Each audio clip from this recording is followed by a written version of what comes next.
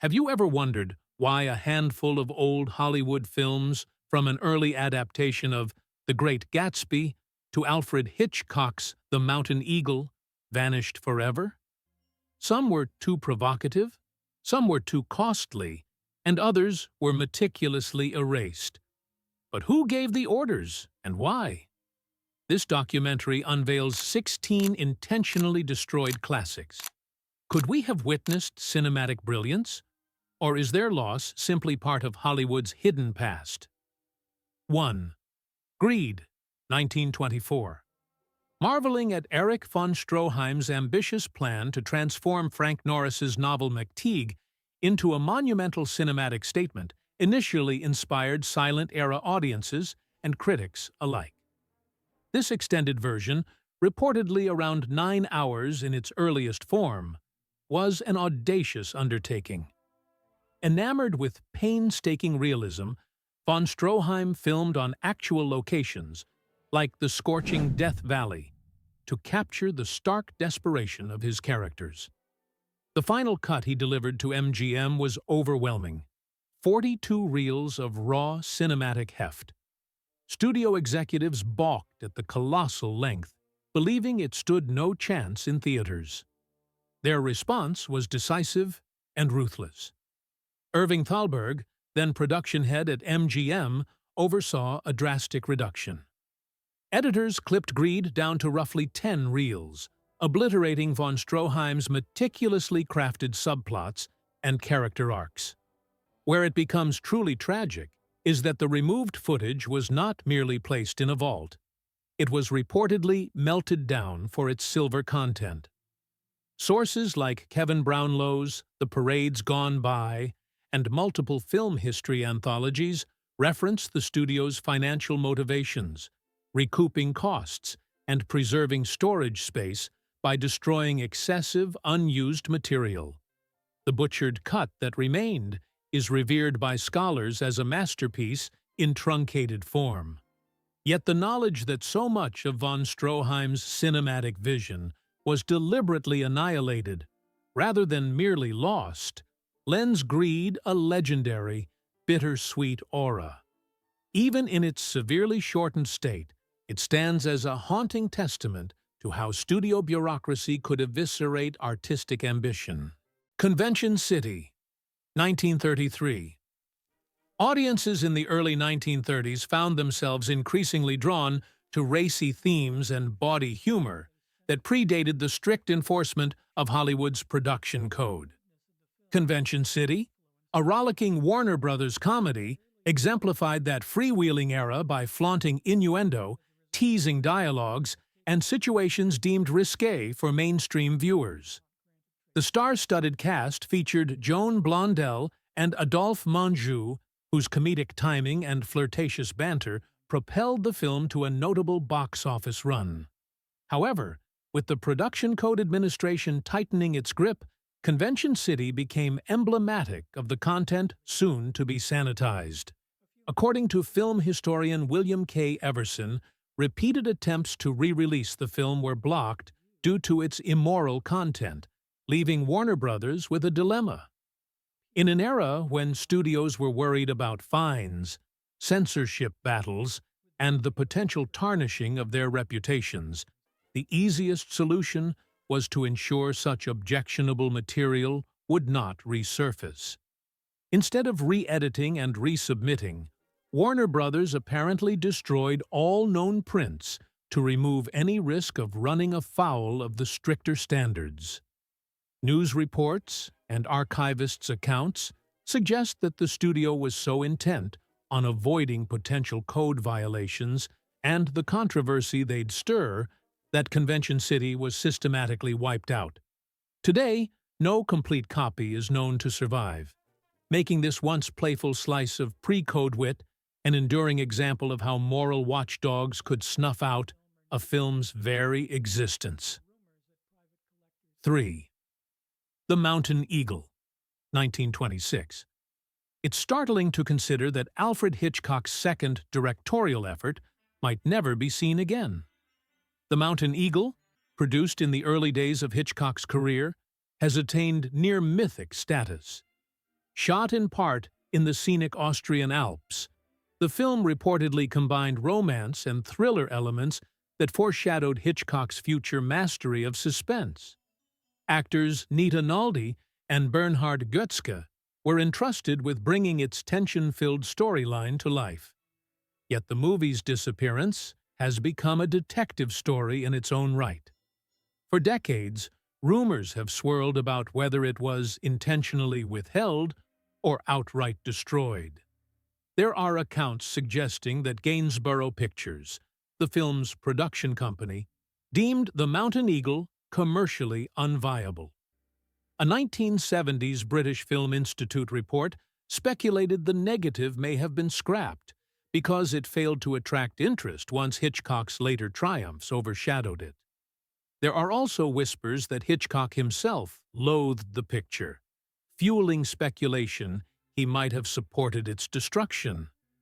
While no official memorandum outright states destroyed, the film's complete absence from vaults, private collections, or archives indicates a deliberate purge might have occurred. Writers like François Truffaut noted Hitchcock's dismissive remarks about the film, hinting it was an embarrassment to him. All that remains are a few promotional stills, fueling the cinematic treasure hunt among archivists worldwide. Its status as a possible victim of intentional disposal only heightens the aura of mystery surrounding this lost milestone of the master of suspense. 4. Humor Risk, 1921.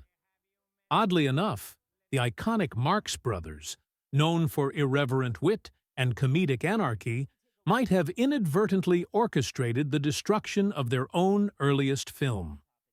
Humor Risk is believed to be the legendary comedic troupe's first venture into cinema, predating their success on Broadway, and their later film classics like Duck Soup and A Night at the Opera. Unlike the trademark roles they would soon adopt, each brother was reportedly testing different comedic personas in this film. Archival sources are sparse, but scattered references in early trade papers confirm production took place. The film, financed on a shoestring budget, attempted a comedic parody of detective serials. Groucho Marx is said to have disliked the final outcome, believing it unfunny and detrimental to their brand. One enduring rumor, chronicled by authors like Simon Luvish, who wrote extensively on the Marx Brothers, claims that a disappointed Groucho personally ordered the film destroyed after test screenings went poorly. While some historians question if it truly existed or if it was fully completed, the consensus is that any material from Humor Risk has been deliberately obliterated. The comedic synergy that eventually soared on screen was, by most accounts, absent in this early trial run, fueling Groucho's distaste. Whether the film was intentionally burned, cut into pieces, or tossed into a vault for later disposal, its fate was sealed. Today, it remains an alluring phantom, a comedic experiment that vanished before the Marx Brothers took Hollywood by storm. 5. The Great Gatsby, 1926. Adapting F. Scott Fitzgerald's The Great Gatsby in 1926 was an ambitious endeavor, reflecting Hollywood's eagerness to translate literary bestsellers into big-screen profits. Starring Warner Baxter as Gatsby and Lois Wilson as Daisy, this silent interpretation arrived just 1 year after Fitzgerald's novel was published. Early reviews lauded the film for capturing the glamorous backdrop of the Roaring Twenties, albeit without the nuanced tragedy that distinguished the book. Yet for decades, film historians hunted fruitlessly for any surviving reels. Paramount's records indicate that the original negatives were considered obsolete once the studio's talkies took over. In a cost-cutting measure that was common at the time, older silent features were systematically recycled or discarded to reclaim valuable vault space. According to scholar David Pierce in his research on lost silent film, Paramount may have purposely scrapped the negative, a move that was financially driven rather than specifically targeted at Gatsby. What elevates the tragedy is that Fitzgerald himself reportedly expressed curiosity about how the adaptation turned out. Little did he know that, by the mid-1930s, Paramount executives had likely melted or trashed the film to salvage silver and reduce storage costs. Modern references come primarily from lobby cards, promotional photos, and a single trailer snippet uncovered in the 1970s. Its intentional destruction, part of a broader house cleaning, robbed future generations of witnessing the earliest cinematic attempt to bring Jay Gatsby's elusive dream to life. 6. A Daughter of the Gods, 1916. In the mid-1910s, William Fox strove to elevate his studio's reputation with lavishly produced spectacles.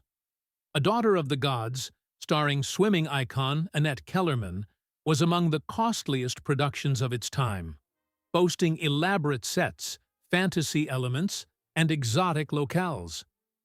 Billed as both a romantic adventure and a mermaid-themed visual feast, it stunned audiences with grandiose sequences, some filmed in Jamaica, and an unprecedented budget rumored to exceed $1 million, an enormous sum for that era. Decades later, as silent films lost their commercial viability, Fox executives began reviewing vault inventories with an eye for salvage. According to film historians and a 1960s Variety article referencing old studio documents, the negative of A Daughter of the Gods was intentionally destroyed to reclaim the precious silver embedded in its nitrate film stock. Such practices were distressingly common in an industry more inclined to save on storage than preserve cinematic art. Kellerman's own fame as a swimming star and diving Venus lent the film a mythical glow in Hollywood history. Nonetheless, no complete print emerged after the studio's purge. A few scattered still photographs and written descriptions remain the only evidence of its existence. While it's impossible to watch the breathtaking set pieces that enthralled 1916 viewers, the story of A Daughter of the Gods stands as a stark reminder that the bottom line often dictated the fate of even the most grandiose Hollywood creations. Sedma. Cleopatra, 1917. When director J. Gordon Edwards and actress Theda Bara teamed up for Cleopatra, 1917, Fox Studios aimed to capitalize on Bara's persona as a sultry vamp and box office magnet. Bara's risque costumes and the film's flirtation with scandal fed into its marketing allure, drawing large crowds eager to witness the screen's femme fatale.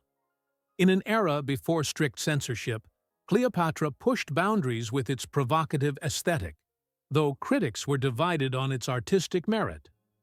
Flash forward to 1937. A devastating fire ripped through the Fox vaults in Little Ferry, New Jersey, incinerating hundreds of silent films. However, film archivists argue that Cleopatra was likely destroyed even before the inferno. In a 1940s interview cited in Leonard Maltin's work on lost films, a Fox executive hinted that prints of particularly scandalous pre-code titles were systematically discarded or left to decay, ensuring they wouldn't become liabilities in a more conservative climate. Regardless of whether Cleopatra succumbed to the vault fire or was deliberately scrapped earlier, the outcome is the same. Nearly every reel vanished. Precious few frames survive, mainly those used in promotional stills, a testament to the film's flamboyant production design. Bara's hypnotic performance remains a legendary ghost haunting silent-era scholarship. With Cleopatra intentionally neglected or destroyed, a pivotal piece of cinema's sensual past was wiped away, leaving only tantalizing glimpses of the Egyptian queen as she once ruled Hollywood's imagination. London After Midnight, 1927. Cloaked in eerie atmosphere and showcasing Lon Chaney's transformative skills, London After Midnight, directed by Todd Browning, was a major draw for horror buffs during the silent era. Chaney's ghoulish grin, accentuated by sharpened teeth and haunting makeup, gave the film an unforgettable promotional poster. Though widely cited as lost in the 1965 MGM Vault fire, some accounts propose a more deliberate fate. In the years after the talkie revolution, silent horror pieces struggled to maintain relevance. Studio logs from the early 1940s documented the disposal of older films to streamline MGM's library. According to an anecdote cited by film historian Philip J. Riley, a secondary print of London After Midnight may have been intentionally tossed or decomposed in storage. Whether it succumbed to nitrate decomposition or an active purge remains open to debate. By the time the 1965 fire occurred, no known copy was available to catch flames. The rumor mill even suggests that Browning himself was unhappy with certain editorial choices, though there is no firm evidence he requested its destruction. What lingers is a puzzle. If a print had survived into the mid-1960s, would it have been stored more securely or still singled out for disposal? Whatever the sequence, historians lament the film's absence. It stands as one of Hollywood's most famous lost horror classics, overshadowed by speculation about whether a more resolute, intentional removal sealed its doom. 9. The Devil's Pass Key, 1920. Erich von Stroheim's appetite for realism and extravagance extended well beyond greed. In 1920, he directed The Devil's Pass Key, a tale of high society scandal set in Paris. Critics praised its sumptuous costumes and sets, while others found its adult themes unsettling. Stroheim's reputation for pushing boundaries was firmly established, as was his uneasy relationship with studio heads, who saw him as both a genius and a liability. Universal produced the film, but, as the years progressed, it exchanged hands. By the late 1920s, Metro-Goldwyn-Mayer had become the repository for several Stroheim works. Studio archives suggest that executives, frustrated with Stroheim's rebellious streak and wary of storing large volumes of nitrate film, made little effort to maintain certain titles that lacked re-release potential. In The Devil's Pass Key, suggestive scenes might have alarmed censorship boards, making future screenings precarious. Film historian Richard Kosarsky notes that in the 1930s, an MGM inventory revision led to the disposal of various silent-era features deemed unprofitable or potentially controversial. The Devil's Pass Key was likely part of that sweep. Some correspondences indicate a conscious decision to free up space by eliminating older reels. This was not a random misplacement, but an orchestrated clearing of archives that spelled doom for many silent works, including this film. Decades later, all that survive are still photographs and ephemeral references, a legacy overshadowed by the studio's determination to tidy up the past. 10th. Heart Trouble, 1928. Buster Keaton, revered for inventive slapstick and stone-faced humor, ended his silent short film era with Heart Trouble, a project that has become a specter in his filmography. Produced for Educational Pictures, this short was completed as silent cinema was on the brink of extinction. Keaton's comedic brilliance had earned him praise, but the transition to sound found studios focusing resources on talkies. Educational Pictures itself was a modest operation, often overshadowed by major studios. Shortly after the film's release, references to Heart Trouble mostly disappeared. Over the years, archivists have searched for any sign of it in private collections or studio vaults. Clues hint at a deliberate purge. Educational faced persistent financial struggles, leading them to recycle or discard older prints, particularly those overshadowed by new technology. In a conversation referenced by Keaton biographer Rudy Blesch, Keaton lamented that small studios rarely saw any upside in preserving short subjects, instead disposing of them when storage costs became too high. While Heart Trouble may not have been singled out for moral or censorship reasons, the net result was a conscious decision to eradicate a film deemed unmarketable. The comedic bits, perhaps featuring Keaton's trademark pratfalls, remain locked in memory, unverified by modern viewers. The cold practicality of the era consigned this piece of cinema history to oblivion. That it was Keaton's last silent short only magnifies the poignancy of its absence from retrospective tributes to his enduring comedy legacy. 11. The Patriot, 1928. Earning a nomination for Best Picture at the Second Academy Awards typically solidifies a film's place in the annals of cinematic history. Yet, Ernst Lubitsch's The Patriot met a confounding end. Centered on the 18th-century Russian court under Tsar Paul I, it featured Emil Jannings in a role that brought gravitas and intensity. Lubitsch, famed for sophisticated comedies, pivoted to sweeping drama, crafting a film that critics praised for its visual artistry. Despite critical acclaim, distribution after its initial run was limited. Paramount's internal policies on re-releases grew more stringent as the talkies gained ground.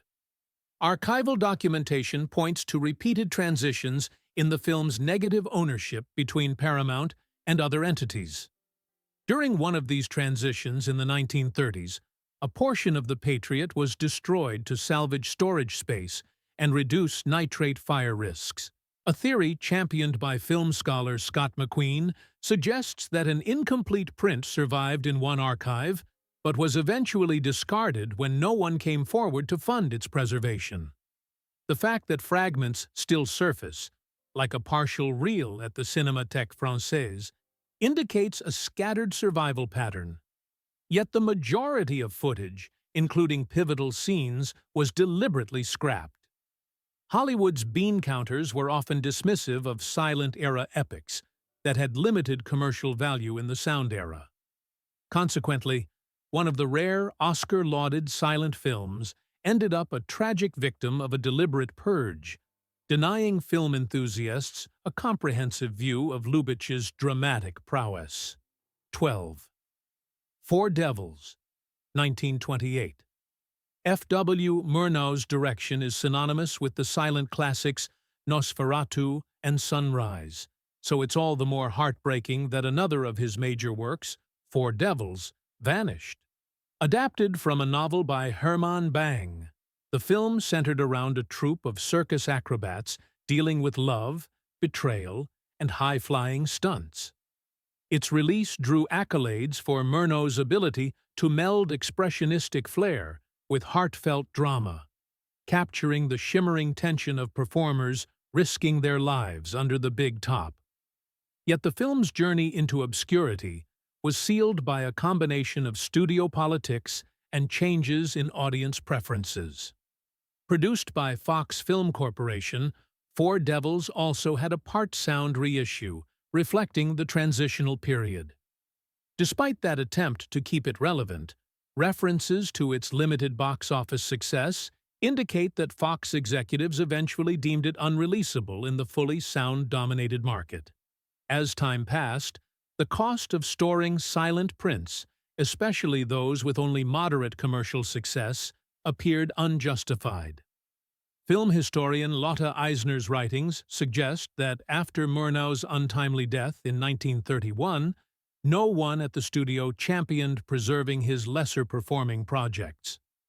Rumors persist that in the late 1930s, the remaining negative was intentionally destroyed during a routine library purge aimed at freeing up vault space. A handful of stills and script excerpts are all that remain, signifying a deliberate erasure that denied posterity another example of Murnau's exquisite cinematic craftsmanship. 13. The Rogue Song, 1930. With the transition to talkies in full swing, Metro-Goldwyn-Mayer embarked on musicals and extravaganzas that showcased the novelty of synchronized sound and technicolor. The Rogue Song, featuring Metropolitan Opera star Lawrence Tibbett, was just such a venture. Yet for fans of slapstick, its big draw was the appearance of Laurel and Hardy in comedic supporting roles, their first feature in color.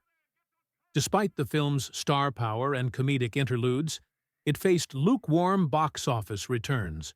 What followed was a patchwork survival scenario. Silent film enthusiasts discovered that only scattered fragments remained in vaults and private collections. The prevailing theory, supported by Laurel and Hardy historians, is that MGM eventually concluded the film did not merit long-term storage, particularly as color processes changed rapidly in the 1930s. They systematically disposed of older or less profitable features, selling or destroying reels to recoup silver or reduce nitrate hazards. Among fans, the Rogue Song is a tantalizing piece of comedic and cinematic history. Laurel and Hardy in early color segments that are all but gone.